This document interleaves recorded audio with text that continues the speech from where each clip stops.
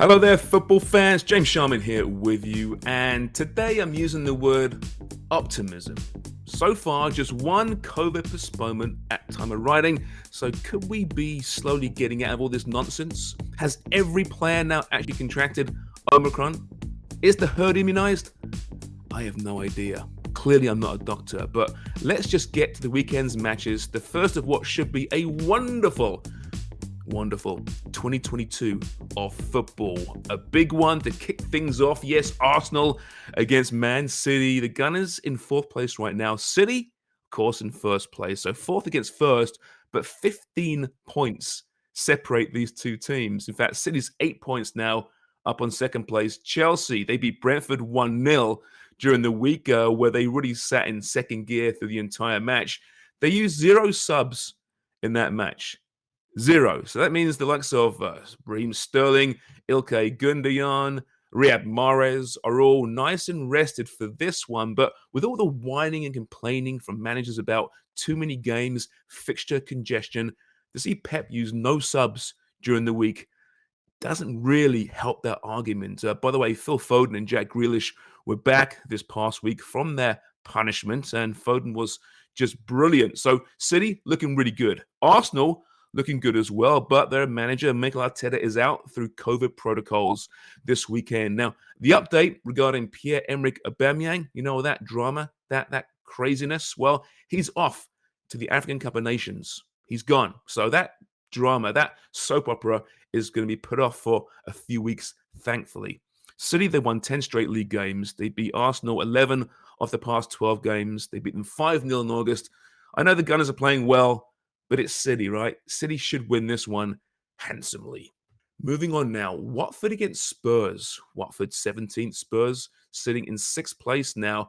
And well, Watford, here's something to consider. Forget will they win, will they lose? Forget that. Right now, Claudio Ranieri, who was apparently the savior who came in a few weeks ago, he's got 2 wins and 8 losses in his 10 games in charge. Now, the Pozzo family that owns Watford, they love firing managers. So look at the odds for Ranieri to be fired and for Watford to find a third manager of the season.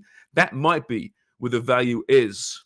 As for Spurs, they fired their manager, of course, and brought in the new man, Antonio Conte, and it's night and day the way this team's playing at the moment. It's funny, this past week I was trying to think, who was the manager before Antonio Conte? It was like about a month ago, right?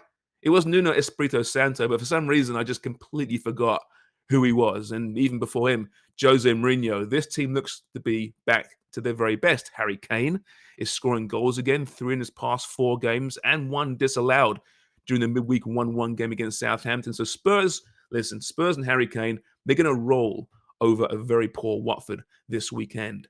Next up, Crystal Palace against West Ham. Palace in 11th place right now. West Ham, they're sitting pretty, fighting for top 4 football, but more likely European football. And they welcome Declan Rice back from suspension, and he's been their best player all year long. While Palace are soon to lose 4 players to AFCON, the African Cup of Nations. 4 players. So this is a big match for Patrick Vieira's side before they get really weakened. Now, Palace are pretty good at home. West Ham are not great away. I really see a draw in this London derby. There won't be a draw in Everton against Brighton. 15th Toffees, 10th place Brighton. And Everton, do you remember them? Well, they've had their last 3 games postponed. So how do you gauge a team that's missed its last 3 games through COVID issues? It's crazy. However, given their injury concerns prior to this break, it might be a healthy break for them. But let's be honest, we're really critical of Everton this season and poor old Rafa Benitez, but they've been riddled with injuries, so this might not be a bad break. But they're playing Brighton, who, for me, are the Premier League's big little secret. They are as fun as any team to watch. They're coached superbly. They're stars, superstars in the making. Trust me, Brighton is a team to watch every weekend, and Brighton, I think, will beat Everton this weekend. Leeds against Burnley. This is very much a relegation 6-pointer.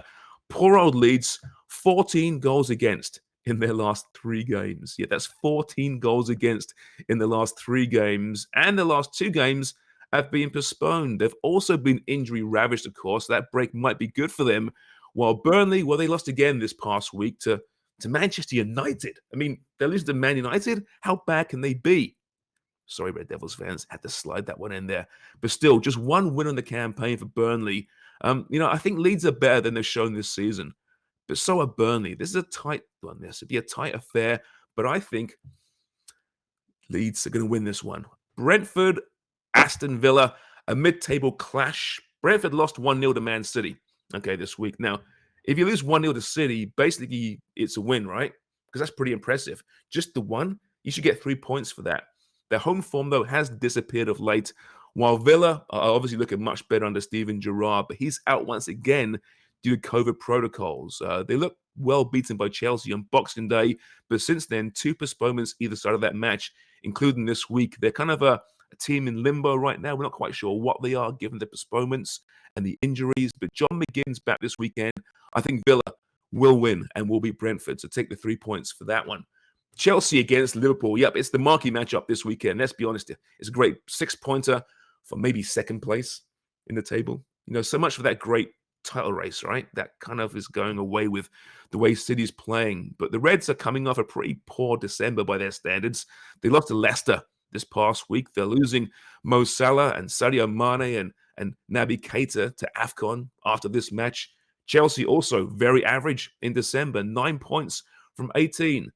Now, it's good news for Chelsea in that Romelu Lukaku is scoring goals finally. He's healthy, 2 goals in his past 2 games. But the bad news is he's not happy. He's been talking to Sky Italia and complaining about Chelsea and kind of showing how he's not happy with Thomas Tuchel, the man in charge, and how he'd love to have stayed at Inter Milan. I don't know why he's saying this now. It's kind of crazy, but there's disharmony there at Chelsea, it seems. So it's not all great for Chelsea. I see a draw in this one, which is a real shame because if City beat Arsenal, as I think they will, and these 2 drop points, the race is probably done. Man United, they're getting further and further towards where they want to be, all right? They want to get to top 4 football. They're going to be there, I think, or thereabouts, but they're not playing great at all at the moment. They won this week, but let's be honest. Under Ralph Rangnick, they've been inconsistent. The results have been okay. The performance is not so much, but Rangnick's smart.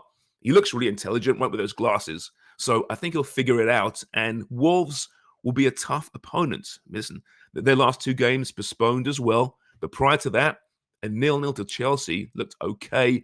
They've really found their feet under Bruno Lage. So I think this will be a tight affair, a real tight affair. United are tough to gauge at the moment, but I've got a suspicion they'll win this weekend. So take United for the win.